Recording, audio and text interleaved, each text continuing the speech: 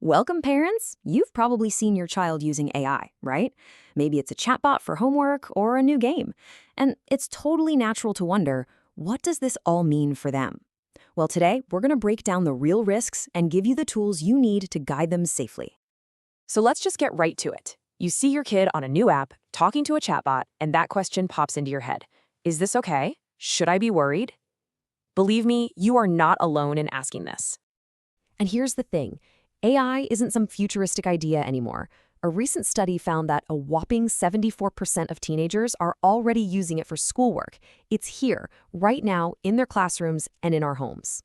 That means just banning it isn't really an option. It's just not going to work.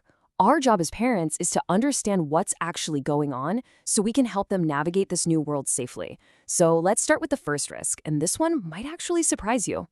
First up, let's talk about the risk of addiction and, emotional attachment. This is a big one. I mean, just look at the kind of things these AI companions say. I think we're soulmates. Experts like Dr. Vasan from Stanford are warning us that this is not an accident. These chatbots are literally designed to create a really powerful emotional bond. So what's the real difference between a human friend and an AI friend?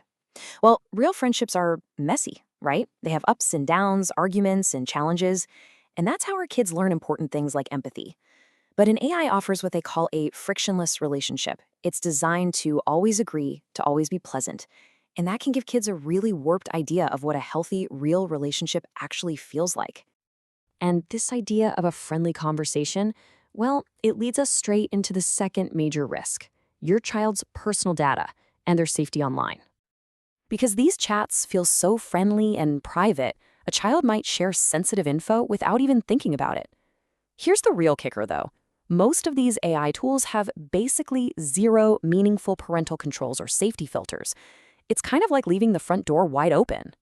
So it is absolutely crucial that we teach them what personal data even is.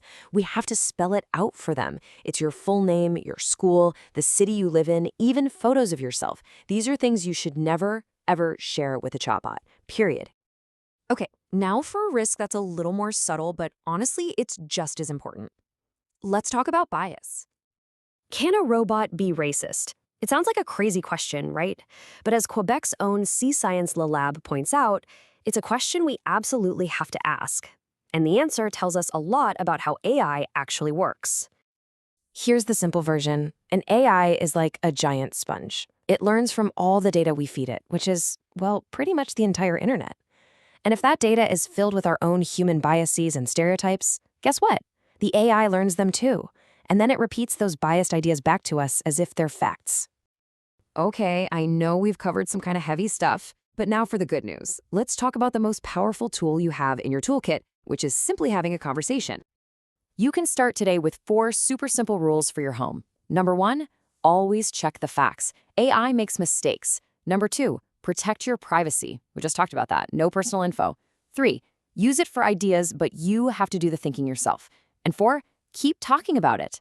The goal here is to treat AI like a helpful but, flawed intern, not some all-knowing genius. And if you're struggling with how to explain all this, try this amazing analogy. Tell them, think of AI like a calculator for words. It's a fantastic tool for sure, but you still need to know how to do the math yourself.